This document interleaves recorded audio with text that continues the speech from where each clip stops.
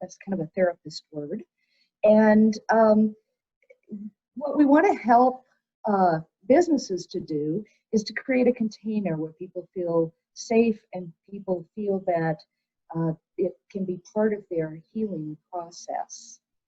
So today I'm just going to ask you all, invite you all to help create the container for the next hour here with us. I know that many of us, when we attend these meetings, are eating lunch or coming from meetings. And so I just want to invite us to take a couple deep breaths together. Maybe feel your seat in the chair and your feet on the floor. And just breathing in, feeling my seat in the chair, feeling my feet connected to the floor. Breathing out, relaxing the body. Breathing in, knowing that I have an hour here to learn, to notice, to explore grief in this capacity. Breathing out, just allowing the body to relax and come fully to our time together. And as we're doing that, just a quick reflection, maybe going into the body. When I say the word grief, what sensations come up? Maybe noticing where they are, what they feel like in the body.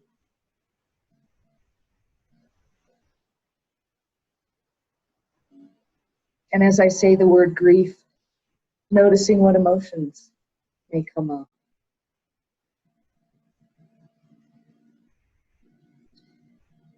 And also noticing what thoughts may be coming up. There may be some questions that are arising in your mind, and again, we'll have some time at the end to address some of those. And just acknowledging, for some of us, this may be a more sensitive subject, a more tender place to visit. And for many of us, I believe that we're probably here to know, how do we deal with this in our day-to-day world? So let me get to my share screen here.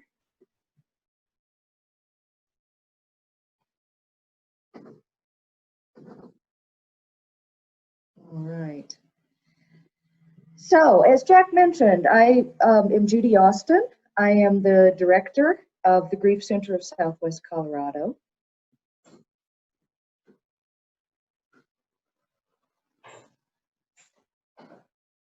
There it is. And in case you haven't heard of us, we've actually been around since 2007. We don't get a lot of press, which is okay in many ways. We tend to be a referral source for schools, organizations, physicians, etc., other therapists. And we're dedicated to meeting the needs of bereaved members of the community, regardless of cultural and or religious beliefs, manner of death, relationship to the deceased, and ability to pay. We are a nonprofit, and we contract with 7 bereavement specialists to do individual and group therapy. And then the second arm of our organization is community outreach and community response. And that often looks like going into the schools or going into an organization and consulting after there has been a loss in the organization. Just a couple statistics to give us an overview. The most recent thing I found was in 2012, 8 million workers in the US were affected by grief. Obviously, this is prior to COVID-19. In 2018, statistics came out that US companies incur an estimated $75 billion in grief-related costs. This includes bereavement leave. This includes an increase in sick days and personal days through grieving employees, and this includes a loss of productivity while at work, and we'll cover some of what that looks like as we go on. You all may be very aware that we have a very high statistic in terms of what we term deaths of despair. This includes deaths by suicide and substance-related deaths in our region. Per capita, it's one of the highest in the nation.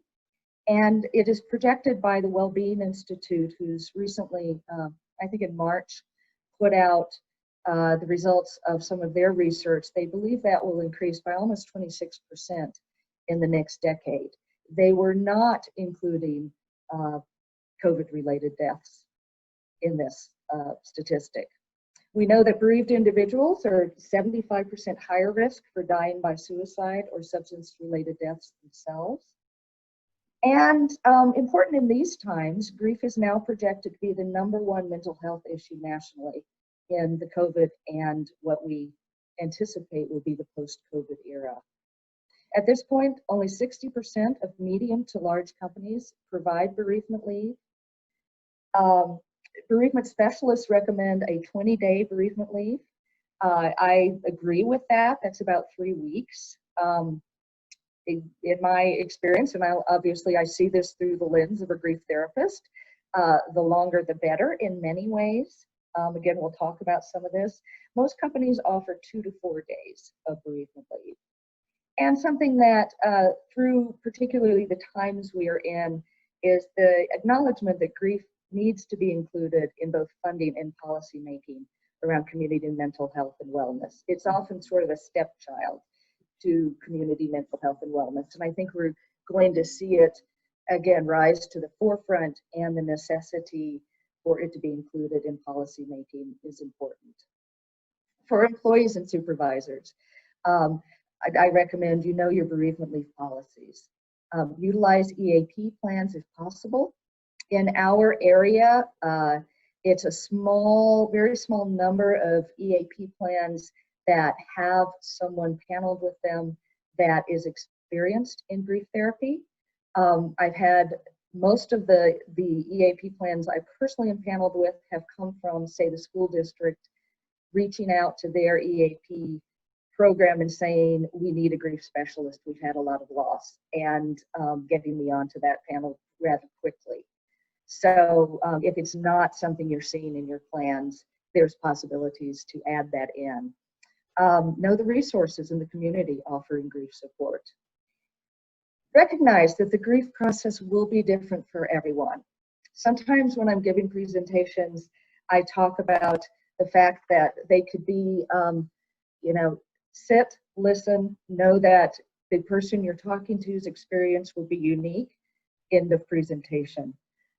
There's no timeline, and generally the grief process in its acute stage will last for a period of years. I think an awareness of secondary losses is very important as we talk about grief in the workplace, because secondary losses can include loss of childcare providers, needing to move, loss of income, loss of friend group.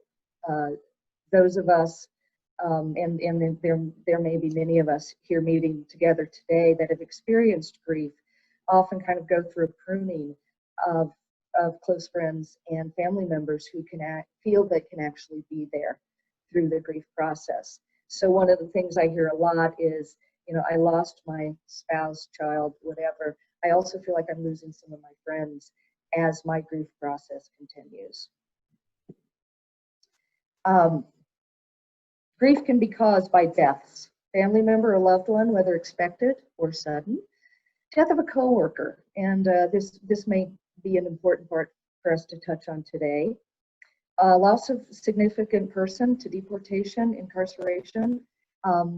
I use a two-pronged sort of criteria as I look at who the grief center serves. Most of our clients do come in after the loss to death, but we also do serve losses of other types. And if that loss is permanent and that loss is irreplaceable, it fits the criteria. Right now, it seems to be the favorite question as I do different interviews and things. Is there grief over, say, and I don't know why they always pull this example, not being able to go to my favorite restaurant? Absolutely, there's grief there.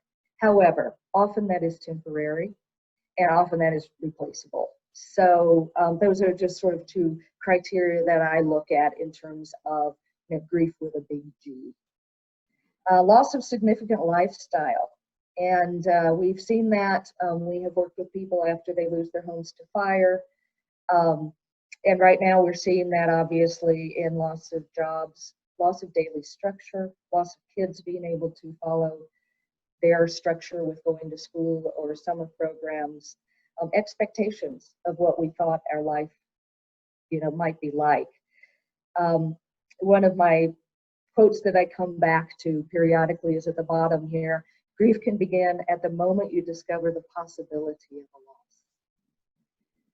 Sometimes what we also see, and what you may be seeing in your workplaces, is the new grief of what's going on right now, going back and bringing forward griefs that have been experienced in the past. That's a very common thing, that as a new grief enters our life, we will go back and bring other griefs forward in what sometimes is termed a re-grief process. Again, very normal. And sometimes, when it comes to being an employer or a coworker, we don't realize what those might be, because that person, has processed that, at least, to the point where they are, until a new grief comes along, and then it will bring that other one forward. I am just a note about Durango. Durango professionals are often disenfranchised from their family. And so although our numbers in terms of direct COVID-related deaths are not that high, and Jack and I were talking prior to this, we feel very, so much gratitude for living here because of that and other reasons. What I'm seeing through the Grief Center is that we are still seeing a number of families who have lost loved ones on the Front Range, on the East Coast, in Mexico, on the Navajo Nation. And so the grief is present, even if we point to numbers and say, but we haven't had that many direct COVID-related deaths. Just a note, we are also seeing families who've had sudden unexplained illnesses of loved ones, and followed by death, and they haven't been deemed COVID, but the question is in the family's mind. We weren't expecting that heart attack out of nowhere. Could it have been COVID related? And I think that's important for us as a community to also be aware of, that there are families that may be dealing with the possibility as they process their grief. As we also said, the deaths of despair, we are seeing an increase of that in our area. The Grief Center actually serves a 5-county area, and we're seeing it across the 5 counties. So what is grief? There isn't a way to fully love or care about someone while shielding yourself from the pain of their loss. Grief is normal, it's healthy, it's a normal human process. I actually look at it as a state of being in the same way that I look at love as a state of being. We talk about those two words both as states of being and as emotions. But we know when we are in love, we may feel bliss, we may feel joy, we may feel guilty that we're spending too much time thinking about that person, etc. When we are in grief, that is also a container for all kinds of emotional responses, such as sadness, despair. We often think grief looks like that. It can also include anger, confusion, numbness, shock, relief sometimes, as well as moments of, contentment and a coming to peace.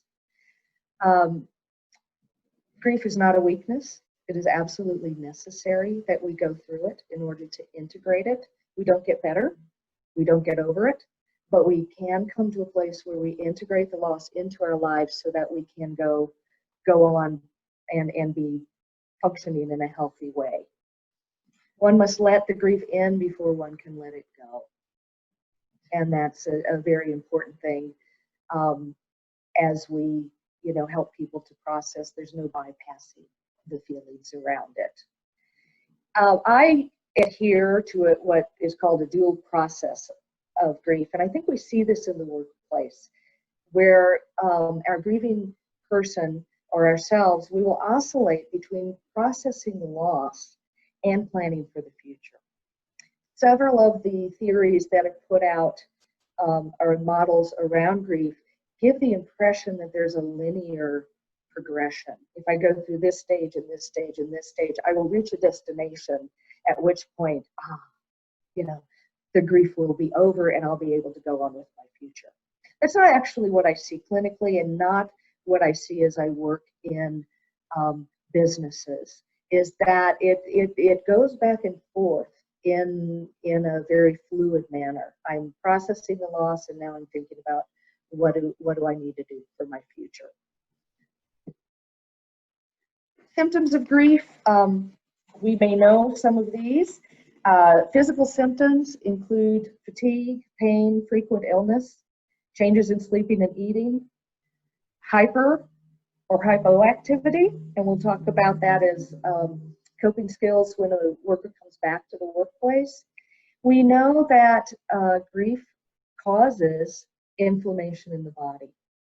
And so the pain and the susceptibility to illness is very real. There are often frequent tears, and I often tell the supervisors and the coworkers I work with, don't be afraid of those. Often by the time someone has returned to work, they have at least had the realization that these what we call grief bursts sometimes will hit them, and the tears will just come. I can remember saying to loved ones, this just happens every day. You don't need to fix it. You don't need to try to stop it. It just happens, and it also passes. So don't be afraid of the tears if you see them. We see cognitive changes in people who are bereaved. Less focus, fuzzy thinking, forgetfulness, and sometimes a processing mentally of the loss, of the event that caused the loss. Emotionally, we see fear. Most often, we see heightened anxiety, depression, anger, relief, guilt, numbness, and what in therapy we call emotional lability, which means it just goes all over the map within the span of a day or an hour. One of my clients one time coined the term moment by moment. And that's the way it feels, particularly in the earlier days after the loss, is in this moment I am angry, in this moment I am sad, etc. We often also see a lot of spiritual ramifications around grief, questioning of faith and belief. How could this have happened? Why would a God have allowed this to happen? As well as existential questions. And this may play into the ability or inability for a worker to plan for their future at this time. What is this all about? What am I even here for? What is important to me anymore? Suddenly, and my kids are always the ones who tell me, I can't go into the hallway and hear people talk about, what jeans they're buying. It just, it becomes a sorting process of priorities. And so people may wrestle with that existential, why are we here? What's important in my life for quite a while. One thing I see a lot that I put under this category is, could I have done something different and or change the outcome? Often that comes in what was the last thing I said to that person? Did I tell them I love them? Did I do enough? It also, even though cognitively we know I couldn't have changed this, I've worked with, for example, moms who have lost a child across the country and still keep asking, if I had only called them, why didn't I call them before they left their home and then got in that accident? Obviously, cognitively, they know. I had no way of knowing that. But there is often a sense of omnipotence. I should have known. I should have known this was about to happen. So you may see some of that too as you deal with grieving people.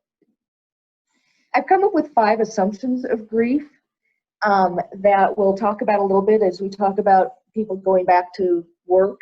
The first one is that work is always a good distraction. A lot of times grieving people themselves will assume that is true. Sometimes it is. Again, it's so individual. Sometimes it isn't.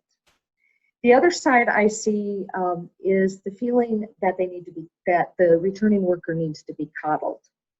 And as supervisors and employees, you are walking a fine line between these two, and I just want to acknowledge that. Because on the one hand, we're going to talk about how do we ease the transition back to work. And on the other hand, you know, grieving people also come to me and say, I just feel like people are walking on eggshells. They're not giving me, you know, the harder projects anymore. And so finding out for that individual person, where are they landing at any one time? Another assumption is a big one in our culture. It's the idea that we often believe it's best not to talk about the death or the person who died, or you will upset them. Across the boards, what I hear, what I know, is that they're already upset. When we re-enter a place like a workplace and no one acknowledges the loss, it actually can set up the conditions for a disenfranchised grief, where feelings of isolation and abandonment become huge issues. And so it's okay to talk about the death. It's the elephant in the room, right? So to acknowledge that it's there is important. Third assumption is that they need all the help we can give them, and right away, right in that week after the loss. What I see in my clients is that can sometimes feel a little overwhelming right away as they're trying to adjust to it. And then what happens is it disappears quite quickly. The food quits coming, people quit calling, often right at the point where the shock and numbness of the event is starting to wear off. In the beginning days, they don't even know what to say about it. And later in the process, usually I see this 3 to 6 months in, sometimes a couple years in, it lands. Oh my gosh, this really happened. I'm alone. The feelings come in. It's an important part in the processing of grief. And that's often when we feel like everyone has disappeared. Let's see. Next assumption, they will progressively feel better each day and finish grieving in a timely way, certainly in a year. We've addressed that a little bit. It does not work that way. It's not a progression. Time, I often say, is a necessary ingredient, but it's not sufficient in order to heal grief. So the first year, it's really important, I think, for us all to be sensitive to triggers and, you know, grief bursts, as I called them earlier, around anniversary dates, around holidays. What I have found is that first year is hard in that way. Second year, people can be just as hard. So not to expect that, oh, it's been a year, it's been 6 months. They looked better, because often grieving people will look better at a certain point and then be hit by another wave of grief. The next assumption that I hear quite often, and particularly in the workplace, where I feel like people may be having judgment against themselves when a loss of a coworker or a coworker's family member that perhaps we didn't even know as well is really affecting us. It's almost like I don't have permission to grieve that person if they weren't a close relative of mine. You know, again, for so many reasons, that grief may be as impactful as any other grief, partially that bringing forward other griefs. So, to the crux of the matter here, let me check my time. How do we help our grieving coworkers? I recommend getting together to develop a workplace plan as the person returns to work. And so before that employee returns to work, it's good to be proactive, not to sort of wait and see how they're doing, but to be, once they show up at their desk or whatever, but to be proactive and ask, would you like me or someone else to share any information with the others? One of the things that never feels good is to know we are being talked about. And this can happen with the best intentions in the workplace. We have a meeting, or we talk in the lunch room or whatever about how can we best support that person. Again, it's a line of whether that is helpful or not. And I'm a very strong advocate for the grieving person has the right to who knows, how much they know, and what when they know. Obviously, in the workplace, and most grieving people understand this, something needs to be said because that has changed the environment of the workplace. But it's nice to say, would you like me to share any information with the others? And if so, what information and details do you want them to know? There are some deaths that people really do not want other people to know the details about. There's sometimes when they're wrestling with public or private services and they are not ready for that information to get out. So just being aware of that. Then number 3 is an important piece too, and I preface this with, they may not know the answer to this, and this answer may change within the course of the day even. But do you want to talk about your experience in the workplace, or do you prefer to come in and concentrate on your work? It's a little bit of a paradox, as much of grief is, because what I hear quite often from grieving people is, I just want to go in, I want to be treated like normal, like nothing has happened. I sure wish they would talk to me about my loved one. And you may, particularly as supervisors, again, my compassion and heart is with you, be walking that line quite often of when do they really just want to focus and when do they want you to acknowledge the loss. Important thing, what are your needs for time?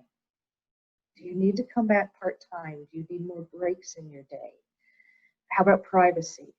Would you be better off working in the back office where you're not up front with customers coming in? Do you need any help with your work? Can you anticipate projects, things that you feel you just don't have the focus or the concentration for?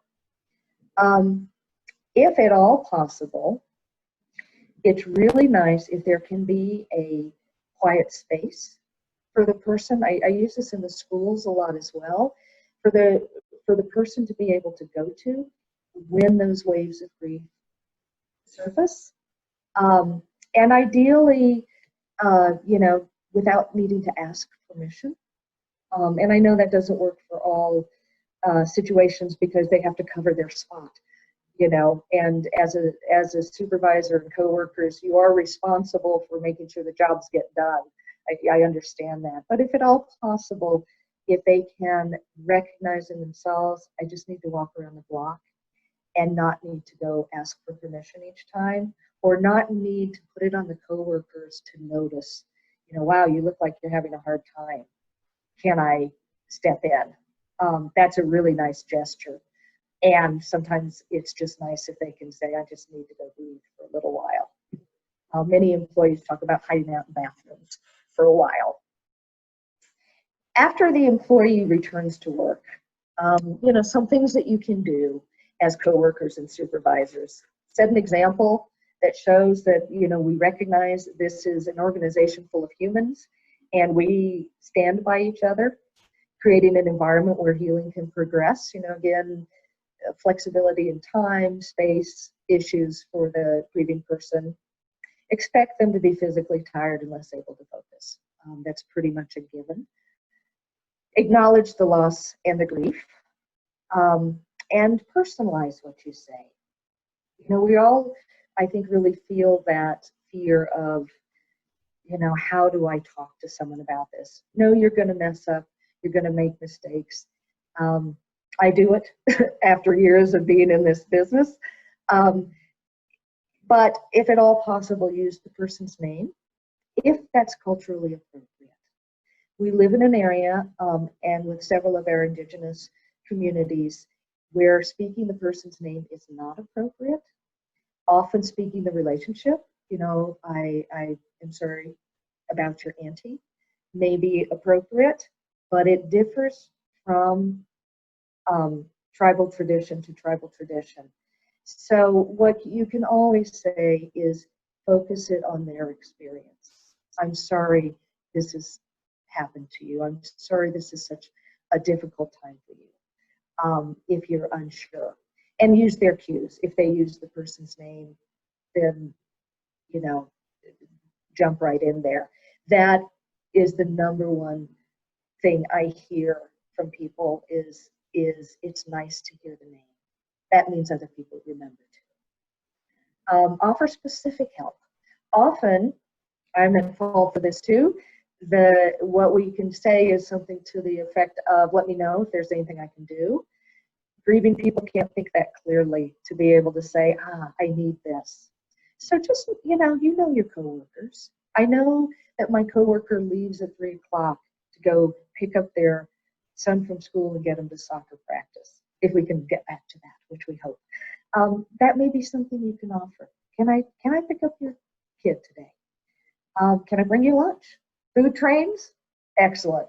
You know, I will hear in my office complaints around, we've been eating lasagna for 3 weeks, and they are really thankful because they didn't have to go home, look in the cabinets and go, what do these ingredients combine to make? So specific help, you know, can I help you with that task? Can I be the one who, you know, picks up the mail today or whatever? Avoiding comparisons and advice giving. This is important and is done with the best intentions, because I think that we do it in a way to join with that person and show them, I understand, you can come to me and talk to me about it. But often what that can look like is,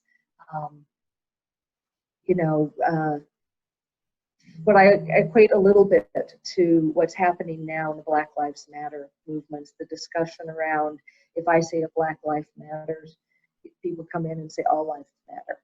In the grieving process, if I say I just lost my son and you pop up and say, yeah, I lost my son too, it actually feels like you're minimizing my grief in that moment. There is a time and a place to share that. That can be very helpful, but just be careful that it doesn't feel like you're minimizing their experience, which may be very different than yours. And that's where the advice giving comes in. Often those of us who have been through a grief process found something that was incredibly helpful. And because it was helpful to us, you know, we want to share that. Again, there's a time and a place for that. But the best thing we can do is just listen. You know, someone said to me this morning, anything with a question mark at the end, you know, and so how are you feeling about that? How's that affecting you? Are ways to allow them to express without feeling that they're being cut off in any way. Expect to hear the story again and again. This is the way we process grief. We have to go through it again and again. It may be that the workplace is not the place to do that. And so you can very kindly say, I need to get this project done. If you feel like you can hold it, can we meet after work? You know, or again, have your resources ready. And be ready to help that person find the resources of the community. Understand your person may have returned to work too early. This we touched on briefly, kind of the 3 to the 6 month mark. I will often hear, it's actually the biggest thing I hear from people returning to work. I returned too early. I hadn't processed it enough to be able to function well. And so what happens is an employee may, at 3 to 6 months, sometimes a year, sometimes around triggering events, say, I need more time off. and they've already, feel like they've used their bereavement leave. Just understand that may happen and may affect the workplace quite a bit after the point where we felt we were, as an employer, felt we were up and running again. Things were going kind of smooth. And most important, as both a coworker, supervisor, an employer, or a grieving person returning to work, take care of yourself. This is a lot to hold. None of us who decided that we would open a business, except for maybe as a grief center therapist or director, thought we would be dealing with this in the way that we do and the way that we might be. So remember to take care of yourself. It's okay to say that's where sort of my line is, where it's triggering into my own grief response, and reach out. One of the things I want to offer, from the Grief Center is reach out to us at any time. Reach out to us if you would like a grief specialist in the initial conversation of how do we develop a back to work plan. Okay. I think I'm going to skip this. Let me look at time. I'm going to skip this one for the sake of time. It just sort of shows the frequency of grief outbursts, the duration, and the intensity. And what we find is that the duration tends to lessen first. You may have a coworker who was crying all day and now only cries, right after lunch. It needs less walks, kind of thing. The frequency of, I don't need to leave the office as many times as I used to, tend to diminish first. And the intensity is the last thing to diminish, if it does at all. When the triggers happen and the griefers come, they tend to be pretty intense, even if they haven't come in 6 weeks. So here we touch on some of the resources, that I would like to offer to you all. Again, inviting a grief specialist to help facilitate the conversation on what would be best for you as you re-enter. Offering on-site grief support. This has been something we've done with a number of organizations that after the loss, particularly of a coworker, but any loss that affects the organization, we will come in and do group or individual work with people. Often I found this is actually pretty short term, maybe a month, maybe 2 months of meeting weekly, and the group feels like they have enough tools to address the grieving person as well as sort of integrated as a group how the loss is affecting the workplace. Providing trainings, we are always welcome to do that to your team around grief, before it arises, as it arises. And again, providing employees with community resources that they can access on their own time. Feel free to reach out. We are pretty well connected into the community as to who can offer other things the grieving person may need, as well as just grief therapy. So at this time, I'd sort of like to take any questions, but also pose the situation that we are in right now, which is collective grief. How is this affecting your workplace? Are you open? Are you open and having to adjust for people as they ride the roller coaster? Whether that be around COVID issues, around the Black Lives Matter, racial justice issues coming up, which do seem to be triggering quite a bit of intergenerational grief in some of our community members. Climate change, collective grief. I worked in an organization recently, very concerned because of what they do about increased fire danger in our area. And in a grief-phobic culture, which I will name it that, where we don't talk about grief a lot. What do we see as effective ways to address all these issues that are entering into our workplace? So I will stop my share so I can see you and see if there's any Questions, comments? I can't see you. You're all just names. I get that. That's the way I attend too, so I can eat lunch. But yeah, are there any questions? Would you like to type them in the chat or raise your hand, and our trusty Rita will guide us through that process. I am really curious, because this is new for me too, collective grief, to see how it's coming into your world. So you can hear me okay? This is Jack. I can, Jack. Okay, so I did send one, and I sent it to Rita, but I'll just read it. Are there any HIPAA laws that we need to be aware of when asking questions of an employee? They come back from, funeral. I never want to be prying. So are there things that we need to be aware of from HIPAA perspective? From a HIPAA perspective, if the employee has disclosed it to you and given you permission to share it, you are covered. But that brings up a really good thing for me, Jack, even as we enter this question and answer period. If you have real specific questions, why don't you message me personally through my email or call me. I want to make sure we're protecting confidentiality if you need to talk about, an employee or coworker. So thank you for bringing that up. From a HIPAA perspective, yeah, you do not have permission to gather information, obviously, about someone's health situation and share that with the team without express permission from the grieving person. Great question. Great question. And, depending on your business, obviously, as a counseling center, we have pretty extreme HIPAA guidelines. But if the person has come to you and said, yeah, it's okay to know that my loved one died in this way, you are, you are welcome, or in some cases, please do, so I don't have to tell the story to 20 different people. Yeah.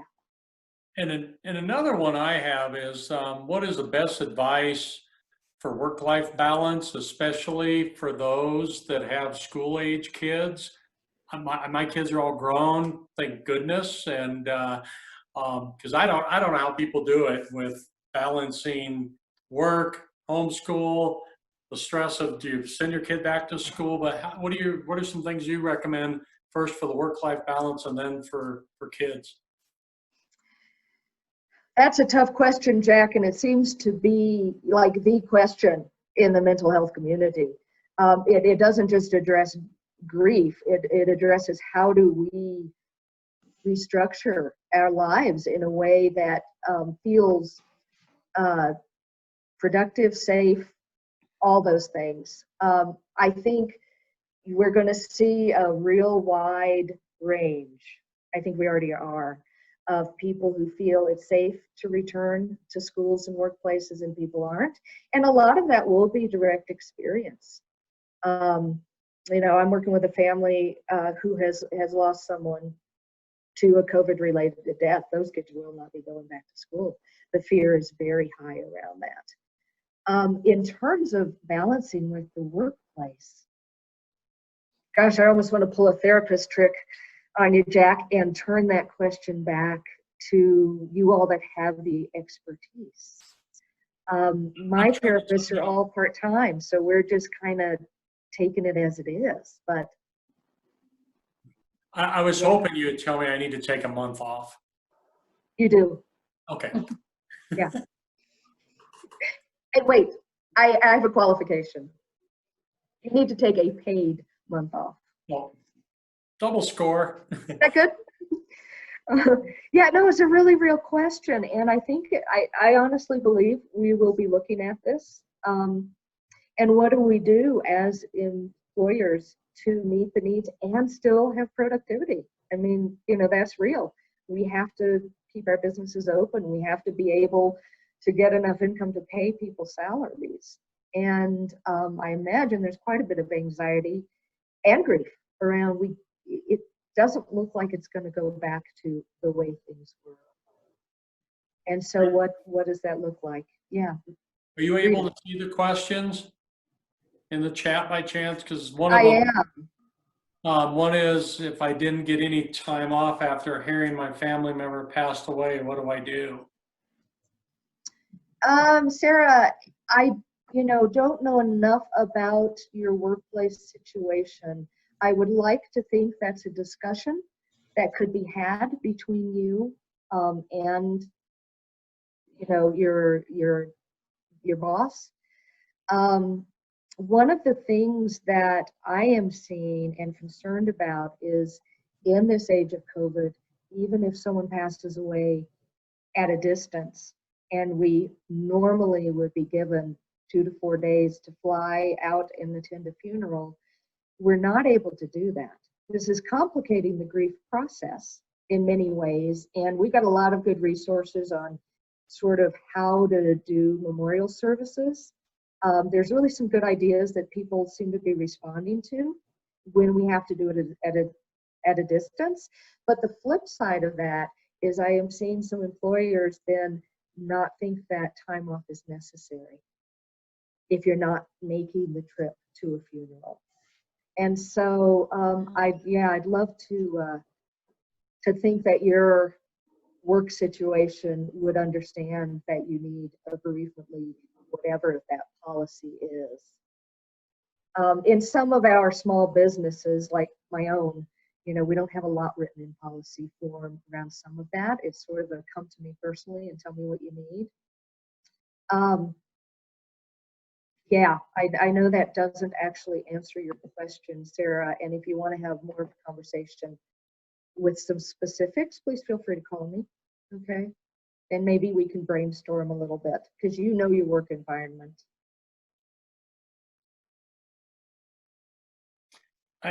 One of the things too, I think another term I've heard is presenteeism. So you're present, you're sitting, but your mind, I know my mom passed away a couple of years ago. She lived at Sunshine Gardens, and it took me quite a while to re-engage. I may be here at the office physically, but mentally I was disconnected. So I think too, by maybe saying to your employer, I know I'm here, but I'm really not very productive. I need to ask for a few days off just to, to grieve and to, recharge, for lack of words. Mm-hmm. Yeah, I agree. And I have kind of two thoughts about that, Jack. The need to take time off to rest cannot be underestimated. And there's physical rest, which sometimes feels impossible when we're grieving. There's also mental rest and emotional rest. And, as I'm working with people, we often look at what kind of rest do you need? And sometimes that rest may look like going for a hike, but I need to get away from the mental processing of the grief. Sometimes that rest is truly, I need to sleep for 4 days. My other thought around that is, I'm so glad you brought this up, is turning towards ourselves with the utmost of self-compassion, because I think that often we beat ourselves up. We know we're not as productive as we were. We know we're sitting in the middle of a task and not there anymore. We don't know when we're not there. We know it when we come back, right? And so just turning towards ourselves with so much self-compassion of, this is a moment of grief. How can I be kind to myself in this moment? And that may look like getting up and taking a walk. That may look like having the conversation, but not beating yourself up. And this other one, as an employer, how do we address the overall COVID grief that the majority seem to be experiencing right now? High anxiety, low productivity, fear and anger, and kind of a sense of loss without an actual loss.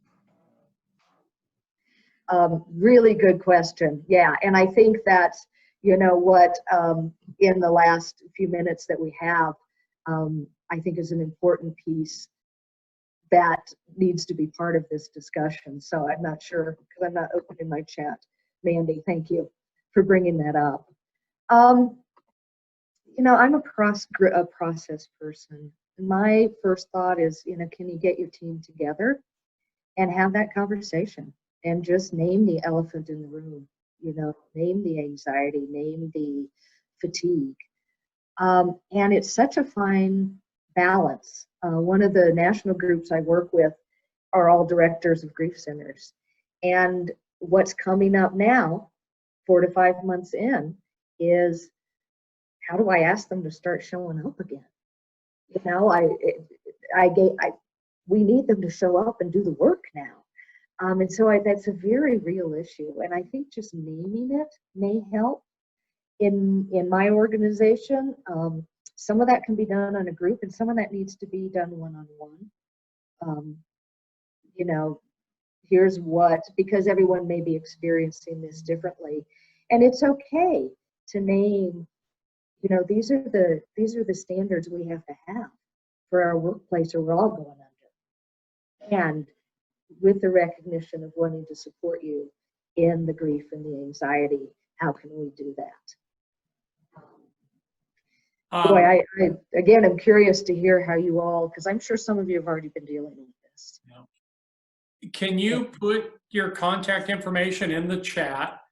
And that way, if anybody has questions, is it okay for them to reach out to you, whether it's via phone call or email? Is that all right, Judy?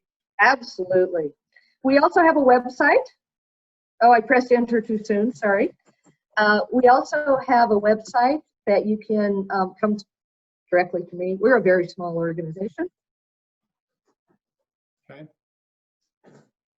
And obviously, if anybody has questions, you know, we can find you through, you know, Chamber of Commerce. We'll happy to connect. But I know one of the articles I wrote I talk about mental floss every day, and just being able to say, okay, take that break, get away from the computer, don't go home and turn on the news, don't read Facebook. I mean, all of those things that keep you immersed in I'm going to say the negativity of with what COVID's the media coverage. So thank you so much for doing the lunch and learn today. And again, I see the Grief Center, swco@gmail.com is your website with your phone number. So again, Judy, thank you so much for today's lunch and learn.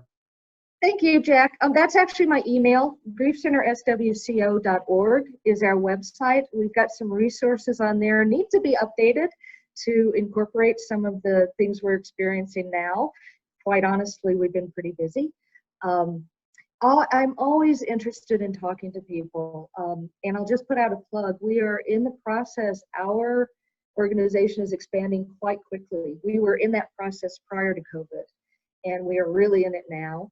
We always welcome volunteers, potential board members, corporate partners, you know, because you are a pulse in the community that otherwise we're dependent on those who seek us out individually. If you would like, I don't know the answer to the slides being provided in terms of how that happens. I'm happy to do that. So what I'd suggest is, why don't you just give me an email or a text saying, put me on your list for the slides, or I'd like to be on your mailing list. We offer lots of programs through the year, you know, and we'll be doing more, you know, yoga for grief and a big national documentary panel screening in November, and you know, that might be helpful in some way as well. And if you have anything that you know, especially at this time, like we need this addressed, our hour together is kind of short. Let me know. We'll be putting together some trainings and things. Great. Well, Judy, so thank you all. Thank you for today's lunch learn, and thanks for everything you do. And thanks for all of you for attending, and yeah, reach out for support. We can only do this as a community. Great. So thanks, Jack and Rita. You bet. Everybody have a great day.